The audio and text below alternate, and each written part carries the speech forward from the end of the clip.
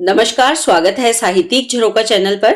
हम कर रहे हैं अंधेर नगरी नाटक और आज इसी का एक और प्रश्न हम देखेंगे जिसमें महंत के चरित्र का चित्रण हम देखेंगे। तो आइए शुरू करते हैं। देखिए, अंधेर नगरी नाटक में महंत का चरित्र चित्रण कीजिए, ये हमारा आज का प्रश्न है। भारतेंदु हरिश्चंद्र जी द्वारा रचित हास्य नाटक क्या है? अंधेर नगरी है। इसमें मुख्य रूप से 3 पात्र हैं जिसमें महंत जी विशेष वर्ग से जुड़े हुए हैं या संबंधित हैं। वह नाटक के आरंभ में और फिर अंत में मंच पर दिखाई देते हैं और दर्शक या पाठक पर अपनी बुद्धि और व्यवहार कुशलता की छाप छोड़ जाते हैं। उनका चरित्र जीवन के बहुत ज्यादा निकट है। उनका चारित्रिक विकास यथार्थ के बहुत अधिक निकट है। यद्यपि लेखक ने कहीं कहीं बलपूर्वक उनके चरित्र का विकास दिखाने का प्रयास किया ही नहीं किया तो वह भी सभी बुद्धि को प्रभावित करने में समर्थ सिद्ध हुए हैं और चौपट राजा को अपनी बुद्धि कौशल से फांसी के तख्ते पर पहुंचाकर सभी का मन भी वो जीत लेते हैं। तो उनके चरित्र के विकास को अगर हम देखें तो वो निम्नलिखित विशेषताओं से देख सकते हैं। तो यहाँ पर सबसे पहला जो हम पॉइंट बनाएंगे वो क्या होगा? ईश्वर भक्ति। देखिए, महंत जी पूर्ण रूप से आस्तिक हैं और वर्ग विशेष का प्रतिनिधित्व करने वाले सक्षम पुरुष हैं। वह घर गृहस्थी उनकी नहीं है। अपने 2 शिष्यों से पहले शिष्य का नाम क्या है? नारायण दास, और दूसरा कौन सा शिष्य है? गोवर्धन दास। वह इन दोनों शिष्यों के साथ सांसारिक मोह माया से दूर रहकर ईश्वर भक्ति में ही अपना जीवन व्यतीत करते हैं। वे मानते हैं कि मानव का हर कार्य इश्क ईश्वर के द्वारा ही संपूर्ण होना है। ईश्वर अपने भक्तों का कल्याण ही करते हैं। नाटक का जो 6ठा अंक है उसमें वह अपने चेले से यही बात कहते हैं कि कोई चिंता नहीं, नारायण सब समर्थ है। महंत जी के जीवन का परम उद्देश्य एक ही है, वो क्या है? राम भक्ति करना, और उसी में वो अपना जीवन बिताना चाहते हैं। उनकी पंक्तियां भी है इस नाटक में जिसमें वो कहते हैं कि राम भजो राम भजो राम भजो भाई, राम के भजे से गणिका तर गई। इसके साथ साथ वो तुलसीदास जो आदि हुए हैं राम के भजन करने वाले, उनका भी उदाहरण यहाँ इन पंक्तियों में देते हैं। तो इससे स्पष्ट होता है कि वो ईश्वर में पूर्ण विश्वास रखने वाले हैं। दूसरा हम यहाँ पर जो पॉइंट देखेंगे वो क्या है? विवेकशील। देखिए, बुद्धिमान है और आने वाले समय को जान लेने की क्षमता रखते हैं, इसीलिए वो प्रत्येक कष्ट से बच निकलने के कौशल को बहुत अच्छे से जानते हैं।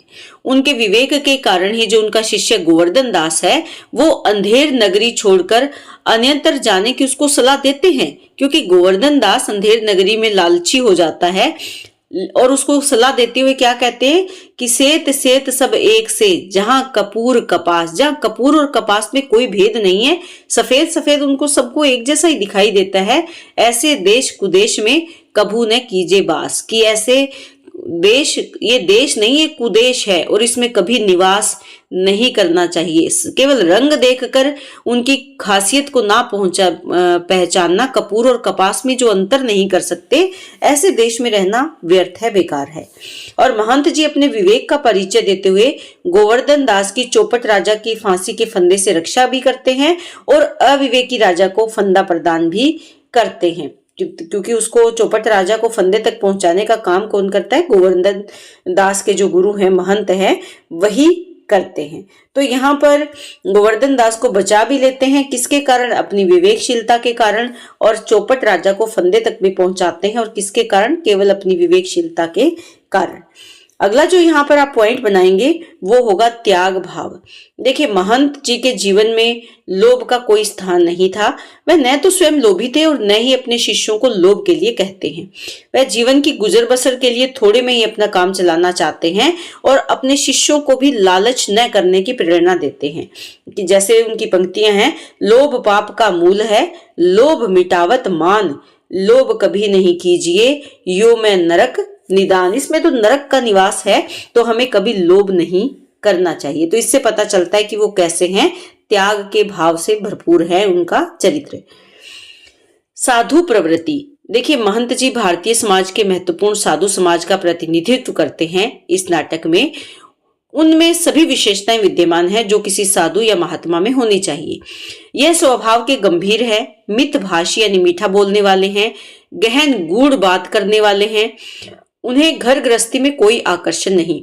वह मधुर स्वर में भजन गाते हैं और उनका मानना है कि ईश्वर भक्ति से ही मानव जीवन के सभी कष्ट दूर हो सकते हैं।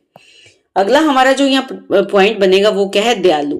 देखिए महंत जी संसारिकता के मोह से तो ग्रस्त नहीं है, लेकिन वे अपने शिष्यों के प्रति शुभ और अशुभ का भाव अवश्य रखते हैं, यानी अपने शिष्यों के प्रति चिंता का, दयालुता का भाव है और उनके दुख के समय में सामान्य मानव और परोपकारी की तरह उनका साथ भी देते हैं।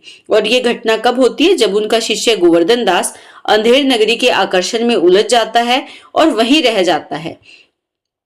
वे उसे छोड़कर जाने की सलाह तो देते हैं, लेकिन वो उसको मानने के लिए तैयार नहीं होता। तो लेकिन इसके साथ साथ ऐसा नहीं है कि उन्होंने उसको विवश किया या जबरदस्ती की कि तुम यहां से चले जाओ, ऐसा उन्होंने नहीं किया, क्योंकि मानवीय मूल्यों को समझते हुए वो अपनी सीमाओं को भी जानते थे। जब गोवर्धन दास मुसीबत में पड़ता है तब वो उसे बचाने के लिए भी आ जाते हैं। उसकी जीवन की रक्षा ही नहीं करते, बल्कि मूर्ख राजा को भी फांसी के फंदे पर ला खड़ा करते हैं।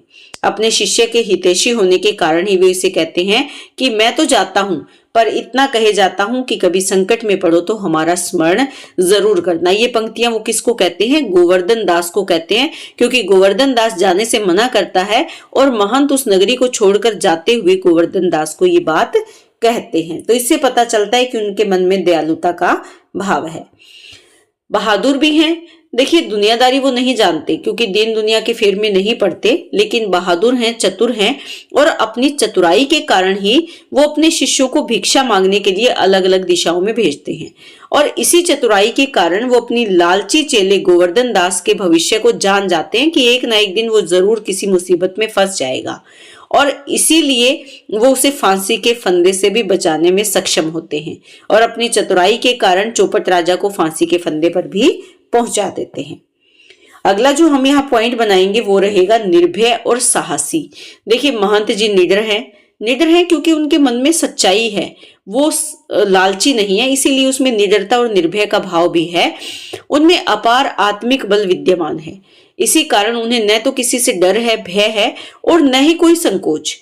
जब उनका शिष्य गोवर्धन दास उसको फांसी के फंदे पर लटकाया ही जाने वाला था, तब सिपाहियों से वे बिना डरे अपने शिष्य से बात करने की सिपाहियों को कहते हैं। अपने शिष्य से वो बात करना चाहते हैं और सिपाहियों को डांट भरे स्वर में कहते हैं कि सुनो, मुझको अपने शिष्य को अंतिम उपदेश देने दो, तुम लोग तनिक किनारे हो जाओ, देखो मेरा कहना न मानोगे तो तुम्हारा भला न होगा। यानी वहां माहौल कैसा है, वातावरण कैसा है, फांसी का फंदा तैयार है, गोवर्धन दास को लटकाया जाना है, राजा का आदेश है, लेकिन उन अंतिम परिस्थितियों में भी जो महंत है वो साहस का परिचय देते हैं और उसी साहस के कारण वो अपने शिष्य को बचाने में भी सफल हो जाते हैं। संयमी है।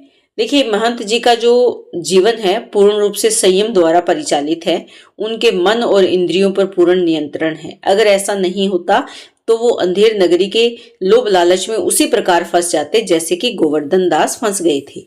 उनकी भावनाएं और इच्छाएं नियंत्रण से बाहर नहीं जा पाती। उनका चेला गोवर्धन दास बहुत सी मिठाइयां लेकर उनके पास पहुंचता है तो वो प्रसन्न तो होते हैं, लेकिन जब उन्हें अंधेर नगरी और चौपट राजा के बारे में पता चलता है तो वह झट से उस नगर को छोड़कर कहीं और चले जाने का निर्णय ले लेते हैं। यदि ये संयमी न होते तो वह भी अपने चेले की तरह वहीं रहकर जीवन को सुखमय बनाने का सपना देखते। तो इससे हमें पता चलता है कि वो किस प्रकार के व्यवहार के हैं। संयम है उनके हृदय में। वाक्पटु भी हैं। देखिए वाणी के चतुर हैं, कुशल हैं। महंत जी में सभी विशेषताएं विद्यमान है जो सामान्य साधु संतों में होती हैं। उनमें हर अवसर पर कहीं गा सकने वाली सूक्तियां, पद, दोहे आदि उनको कंठस्थ हैं। जहां कहीं भी उन्हें अवसर मिलता है वह उसे कह देते हैं तथा स्थिति को गंभीर और ज्ञान से पूर्ण कर देते हैं। चौपट राजा के फांसी के फंदे पर खड़े होने पर भी वे क्या कहते हैं, जहां न धर्म न बुद्धि नहीं, नीति न सूजन समाज। जहां ना धर्म है, ना बुद्धि है, ना नीति का व्यवहार किया जाता है, ना अच्छे लोग हैं, ना ही समाज अच्छा है, ते ऐसे ही आपू ही नसे। तो ये अपने आप ही नष्ट हो जाते हैं जैसे चौपट राजा बुद्धिहीनता के कारण, अविवेकशीलता के कारण स्वयं फांसी के फंदे पर लटक जाता है, तो वैसे ही ऐसा समाज भी एक दिन अपने आप ही नष्ट हो जाता है। तो इस प्रकार यहाँ हम निष्कर्ष रूप से कह सकते हैं कि महंत जो हैं वो अनेक विशेषताओं के स्वामी हैं। उन्होंने कथा का प्रवाह देने में महत्वपूर्ण योगदान दिया है। माना कि लेखक का जो मूल मंतव्य है वो चौपट राजा के माध्यम से तत्कालीन परिवेश और भ्रष्ट शासन पद्धति को व्यंजित करना या दिखाना था। तो भी महंत जी के चारित्रिक विकास में वे ऐसा कर पाने में सफलता पा गए, क्योंकि इन सारी परिस्थितियों का चित्रण किसके माध्यम से हुआ? महंत जी के माध्यम से। तो महंत जी के चरित्र में ठोस पात्र बनने की पात्रता निश्चित रूप से विद्यमान है। तो इसलिए हम इस नाटक के एक महत्वपूर्ण पात्र के रूप में महंत जी को देख सकते हैं। तो उम्मीद करती हूँ कि प्रश्न आपके लिए उपयोगी होगा। बहुत बहुत धन्यवाद।